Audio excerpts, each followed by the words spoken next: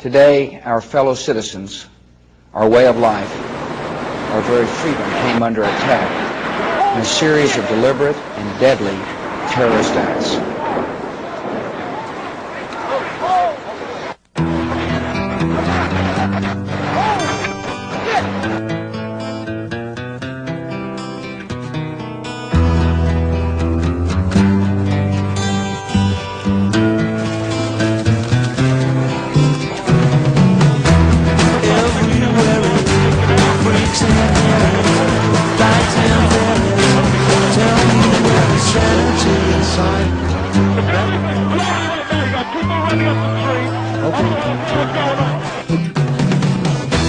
Tax the rich, feed the poor, don't let around the rich no more.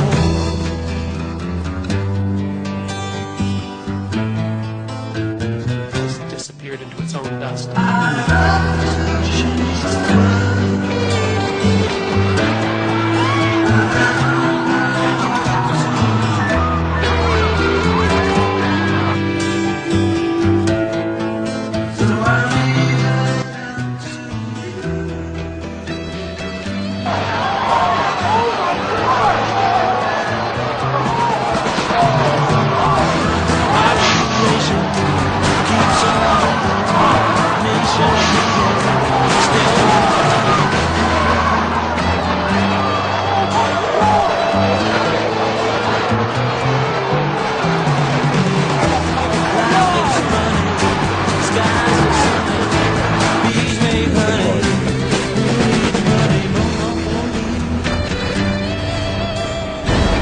There are no words. And the people who knock these buildings down will hear all of us soon. Terror is bigger than one person, and he's a person who's now been marginalized. And I'm never going to forget the vow I made to the American people. The search is underway for those who are behind these evil acts. I've directed the full resources of our intelligence and law enforcement communities to find those responsible and to bring them to justice. So I don't know where he is. Nor do, I just don't spend that much time on it. To be honest with you,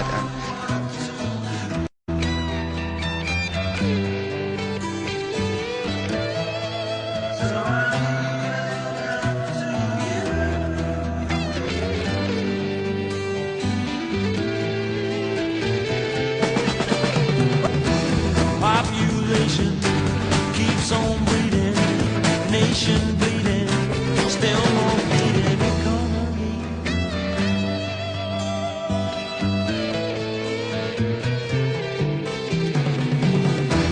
Life is funny, skies are sunny, bees make honey, who needs money, monopoly.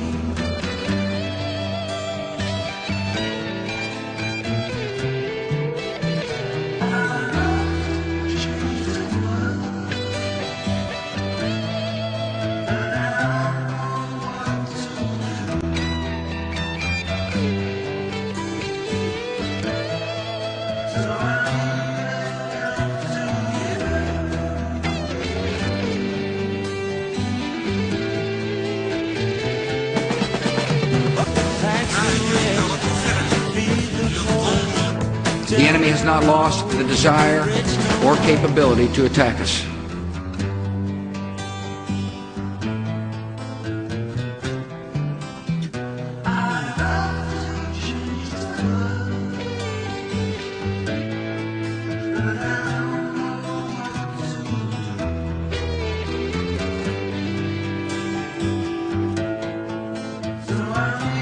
The United States knows that Iraq has weapons of mass destruction. Any country on the face of the earth with an active intelligence program knows that Iraq has weapons of mass destruction. There is no doubt that Saddam Hussein now has weapons of mass destruction. There is no doubt that he is amassing them to use against our friends, against our allies, and against us. Less than a teaspoonful of dry anthrax in an envelope shut down the United States Senate in the fall of 2001. The choice is his, and if he does not disarm, the United States of America will lead a coalition and disarm him in the name of peace. Leaving Saddam Hussein in possession of weapons of mass destruction for a few more months or years is not an option. Has attempted to purchase high-strength aluminum tubes suitable for nuclear weapons production. Nuclear weapons, chemical agents. Chemical and biological agent training. We do know with absolute certainty that he is using his procurement system to acquire the equipment he needs in order to enrich uranium to build a nuclear weapon. Saddam Hussein has used these horrific weapons on another country and on his own people.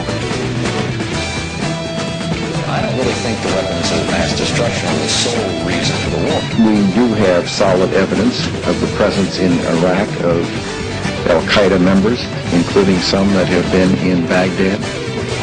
I have not seen any strong, hard evidence that links the two. We've had no evidence that Saddam Hussein was involved with September the 11th. Mr. Secretary, what exactly was the connection between Saddam Hussein and al-Qaeda? I tell you, I'm not going to answer the question. Saddam Hussein aids those terrorists, including members of al-Qaeda.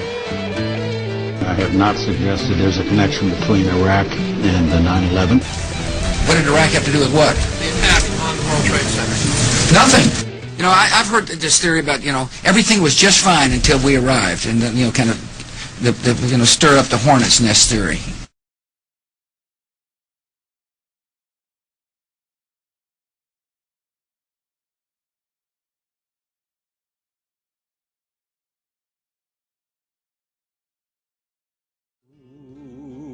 She soared above the lifted lamp that guards sweet freedom's door. In the dews, the damps, the watchfires of a nation torn by war. Oh, she's far too young to die. You can see it in her eye. She's not yet begun to fly. It's time to let the mighty eagle soar once more. Let the eagle soar.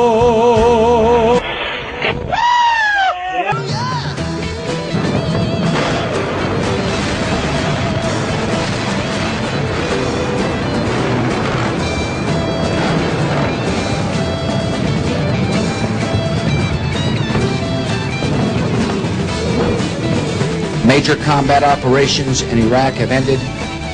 In the Battle of Iraq, the United States and our allies have prevailed.